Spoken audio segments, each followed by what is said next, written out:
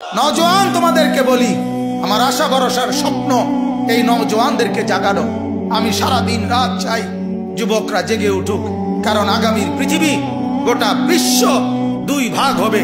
এটাই পৃথিবীর পুরা ভবিষ্যৎ।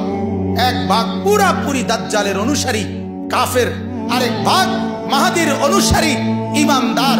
এই দুই ভাগে পৃথিবী অচিরেই বিভক্ত হয়ে যাবে।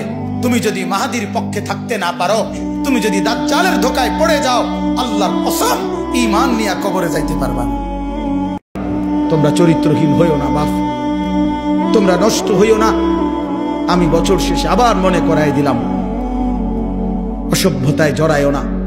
প্রিয় সন্তান আমার, তুমি আমার ছেলে, তুমি আমার ভাই, তুমি আমার বন্ধু।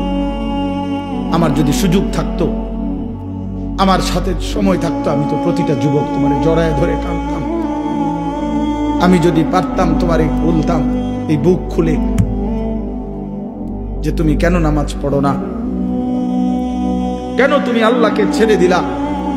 আল্লাহকে বাদ দিয়ে দোস্ত কেউ ইজ্জত পায় না, কেউ না। একদিন না একদিন সময়ের ব্যবধানে লজ্জিত হতেই হয়। 54 বছর পরে হোক আর 16 বছর পরে হোক, আল্লাহকে ছেড়ে দিলে, জুলুম আর নাফরমানি করলে বেইজ্জতি হতেই হয়, বেইজ্জতি।